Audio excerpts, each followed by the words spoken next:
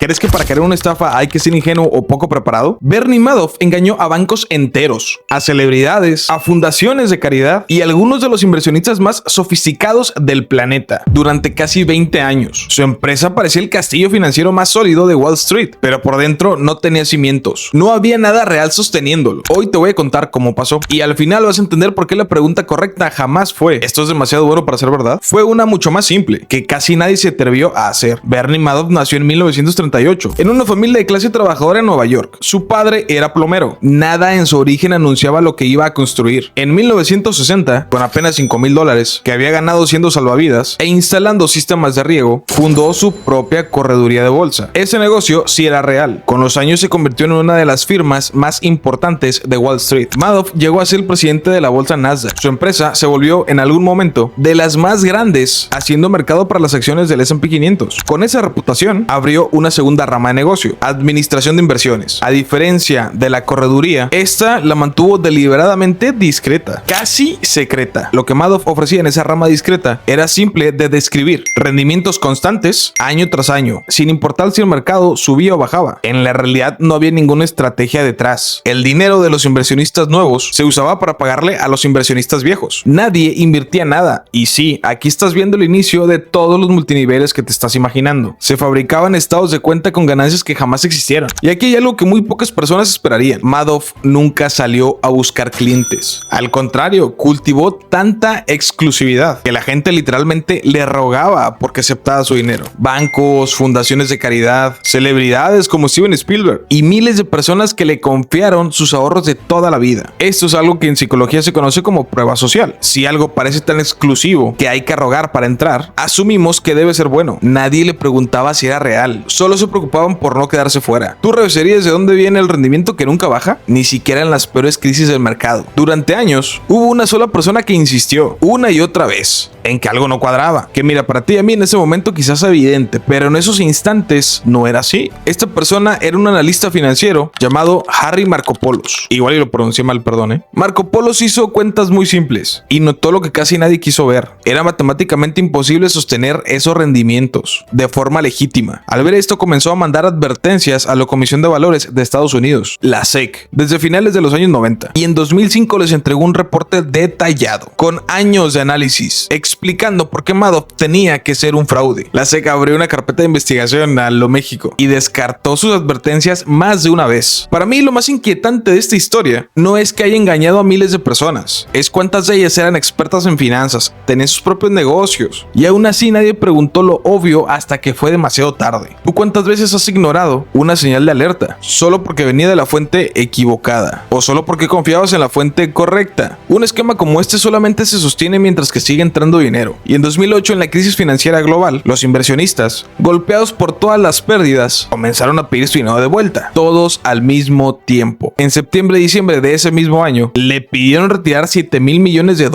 En el banco realmente quedaban apenas unos 300 millones. Ese castillo llevaba 20 años sin cimientos y por primera vez alguien estaba pidiendo ver el sótano. El 3 de diciembre del 2008, Madoff le confesó a uno de sus empleados más cercanos que ya no tenía dinero. Faltaba solamente una semana para que todo se derrumbara frente a su propia familia. El 10 de diciembre del 2008, en la fiesta navideña de la empresa, Madoff decidió adelantar los bonos de fin de año a sus empleados. Sus propios hijos, que trabajaban en la parte legítima del negocio, le preguntaron que si de dónde iba a salir ese dinero, si la empresa tenía problemas para pagarle a los inversionistas. Esa noche, en su departamento, Madoff les confesó la verdad. La rama de inversiones nunca había sido real. Todo era, en sus propias palabras, una mentira gigantesca, un esquema Ponzi. Sus hijos no se quedaron a ayudarlo a ganar tiempo. Esa misma noche llamaron a su abogado y el abogado alertó a las autoridades. Al día siguiente, agentes del FBI tocaron su puerta. Le preguntaron que si iba a dar alguna explicación inocente para lo que estaba pasando. Según el reporte del FBI, Madoff respondió: no hay explicación inocente. 20 años de fachada se cayeron en 48 horas. La cifra que más se repite en este caso sobre cuánto fue el total de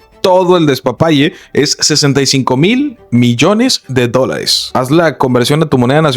Pero esa cifra es la cantidad que decían los estados de cuenta falsos. Dinero de papel, ganancias que nunca existieron. El dinero real que la gente había puesto de su bolsillo y que de verdad se perdió fue solamente alrededor de 18 mil millones de dólares. Tampoco es tan poquito. Esa diferencia por sí sola te dice qué tan gigantesca era toda la mentira. Madoff había hecho creer a sus clientes que tenía casi 4 veces más dinero del que existía en realidad. En junio del 2009, un juez lo sentenció a 150 años de prisión, el máximo posible, y Madoff murió en la cárcel en 2021, sin haber salido nunca, y creo que él sabía lo que iba a pasar. También creo que nadie alrededor esperaba que él hiciera ese tipo de cosas. Y esa es parte de las razones por las que logró hacerlo, por su reputación. El daño no se quedó solamente en números. Fundaciones completas de caridad tuvieron que cerrar. Miles de personas perdieron sus ahorros de toda la vida. Y dentro de su propia familia también las consecuencias fueron devastadoras. Algo de lo que honestamente no hace falta entrar en detalle para entender qué tan profundo llegó el costo de esa mentira. Pero tú dime cuántas veces has confiado en un número solamente porque venía impreso en un papel, con membrete y sin preguntar de dónde viene ese número. La lección de esa historia no es que no confíes en nadie con tu dinero. La lección es que un plan financiero se debe y se tiene que justificar y verificar. Puedes ver de dónde sale cada peso, cómo crece y que lo respalda. Si algo no se puede explicar así de simple, no es un plan, es un acto de fe. Y tu retiro, tu dinero y todo tu patrimonio no tiene que depender de la fe. Un plan bien estructurado es exactamente lo contrario de todo lo que construyó Madoff. Es un castillo con cimientos que tú mismo puedes revisar, no una fachada que se sostiene solamente porque nadie pregunta. Tu plan de retiro puedes explicarlo tú mismo. En una frase de dónde sale cada peso, no hace falta que administres 65 mil millones de dólares para que esta lección te aplique a ti y con cualquier inversión que quieras iniciar, porque la pregunta no es cuánto tienes, es si puedes ver con claridad de dónde viene y hacia dónde va. Comenta PPR y te contacto para armar tu plan de retiro y ayudarte a estructurar tus finanzas. Y claro, recuerda seguirme. ¡Ánimo!